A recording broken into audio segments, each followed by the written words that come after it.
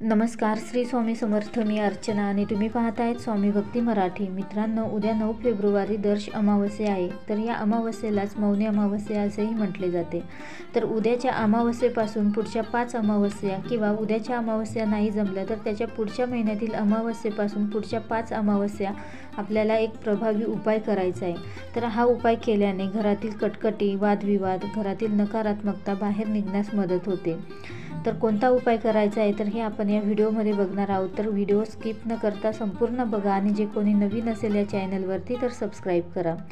तर बघा, आपल्या हिंदू धर्मामध्ये अमावस्येला आणि पौर्णिमेला खूप महत्त्व असतं.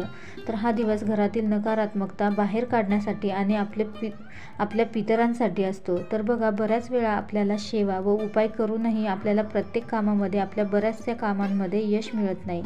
कारण आपल्याला जे काही मिळालं आहे तर ते आपल्या पितरांकडूनच मिळालं आहे आणि त्यामुळे त्यांचं ऋण व्यक्त करण्यासाठी आपला हा दिवस असतो, अमावस्येचा दिवस असतो. त्यामुळे त्यांच्यासाठी दर अमावस्येला आपण काही सेवा या करणे खूप गरजेचं आहे. तर 9 तारखेला अमावस्या ही सकाळी 8:03 सुरू होणार आहे. तरी 10 तारखेला पहाटे 4:29 संपणार आहे. तर अमावस्येच्या दिवशी आपल्या इच्छा पूर्ण होण्यासाठी आपण काय केलं पाहिजे तर बघा, या अमावस्येलाच आपण मौनी अमावस्या असे म्हणतो. तर मौनी म्हणजेच शांत. तर घरामध्ये सतत कटकट, वादविवाद होत असतात. तर या अमावस्येच्या दिवशी आपल्याला एक उपाय करायचा आहे. तर ज्यांना या दिवशी दिवसभर मौन धरायला जमलं तर दिवसभर त्यांनी नक्कीच मौन धरावं. तर असं म्हटलं जातं की या दिवशी जे दिवसभर मौन धरतात आणि फक्त देवाचं नामस्मरण करतात तर त्यांच्या मनातील सर्व इच्छा या नक्कीच पूर्ण होतात. तर बघा, कोणत्याही 5 अमावस्या आपल्याला हा एक उपाय करायचा आहे. तर बघा, अडलेली कामे आपली मार्गी लागतील, एखादं काम आपलं होत नाही किंवा आपल्याला कोणत्याही क्षेत्रात यश मिळत नाही. तर अशा वेळी आपण या दिवशी, अमावस्येच्या दिवशी, वाटीभर तिळीचं तेल घ्यायचं आहे आणि आपला संपूर्ण चेहरा हा त्या तेलामध्ये दिसेल अशा प्रकारे आपल्याला हे तेल घ्यायचं आहे.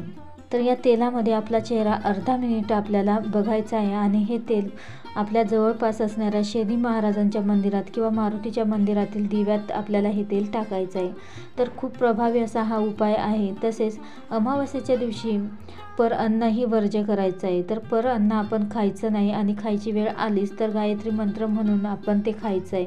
पण शक्यतो अमावस्येच्या दिवशी कोणीही पर अन्न हे खाऊच नका. त्यानंतर या दिवशी दानधर्मही तुम्ही करू शकता. दानधर्मालाही खूप महत्त्व आहे.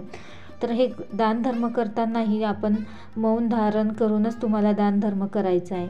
तर मौनी अमावस्या ही कायम येत नाही आणि त्यामुळे ज्यांची एखादी इच्छा आहे तर त्यांनी नक्कीच या मौनी अमावस्येला हा एक उपाय करून बघा. तसेच या दिवशी तिळीचं हे तुम्ही दान करू शकता, अन्नदान करू शकता. तर अन्नदानाला खूप महत्त्व आहे. तर तुमच्या यथाशक्तीनुसार तुम्ही अन्नदानही करू शकता किंवा इतरही वस्तू तुमच्या यथाशक्तीनुसार तुम्हाला जे दान करता येईल ते तुम्ही दान करू शकता. तर दान केल्यामुळे कितीही प्रखर पितृदोष असला तर तो कमी होण्यास मदत होते. त्याचबरोबर पिंपळाच्या वृक्षाचंही खूप महत्त्व असतं या अमावस्येच्या दिवशी. तर या दिवशी पिंपळाच्या वृक्षाखाली एक तेलाचा दिवा लावायचा आहे. तर या दिव्यामध्ये तिळीचं तेल वापरायचं आहे आणि तिळीचं तेल जर नसेल तर जे कोणतं तेल असेल तर त्यामध्ये तुम्ही थोडेसे तीळ टाका आणि त्यानंतर हा दिवा प्रज्वलित करायचा आहे पिंपळाच्या झाडाखाली. त्याचबरोबर ओम नमो भगवते वासुदेवाय नमः या मंत्राचा जपही तिथे करायचा आहे. तर यामुळे पितृदोष कमी होण्यास मदत होते. तसेच पितरांचं नामस्मरणही तुम्ही करू शकता. तर ओम पितृदेवताय नमः हा मंत्र म्हणतही तुम्ही त्यांचं स्मरण करू शकता. तर अमावस्या हा दिवस पितरांसाठी समर्पित असतो आणि त्यामुळे त्यांच्या सेवा या